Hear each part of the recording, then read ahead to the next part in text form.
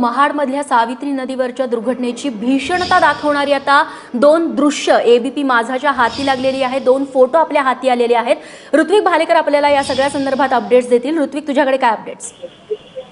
रेश्मा, तटरक्षक दलाचे जे दोन हेलिकॉप्टर घटनास्थळी पाठवण्यात आलेले होते ते आता तिकडे पोहोचलेले आहेत आणि याच तटरक्षक दलाच्या हेलिकॉप्टर मधनं हे दृश्य जे आहे हे कॅप्चर करण्यात आलेलं आहे। आपण जर वरून पाहिलं हे दृश्य जे आपण बघतोय, दोन समांतर पूल आहेत।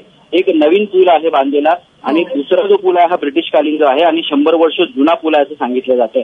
आणि हा पूल जर आपण बघितला तर गेल्या मे महिन्यात याचं ऑडिट झालं होतं आणि तो सुरक्षित असल्याचं नॅशनल हायवे ऑथॉरिटीच्या अधिकाऱ्यांकडनं सांगण्यात आलं होतं। तरीही आज जो पूर परिस्थिती उद्भवलेली आहे आणि नदीचा वेग इतका प्रचंड होता त्याच्यामुळे अर्ध्याहून अधिक पूल जो आहे हा कोसळलेला आहे, हा गायब अक्षरशः झालेला आहे।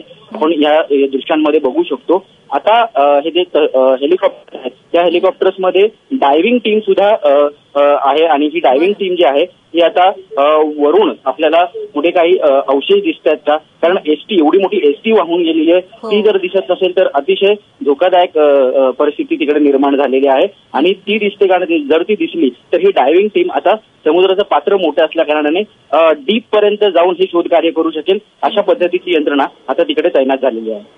निश्चित ऋत्विक, धन्यवाद तू दिलेल्या माहितीबद्दल। तेव्हा जे दोन फोटो एबीपी माझाच्या हाती लागलेले आहेत, हेलिकॉप्टर मधून ही दृश्य टिपण्यात आलेली आहेत, हे फोटो काढण्यात आलेत।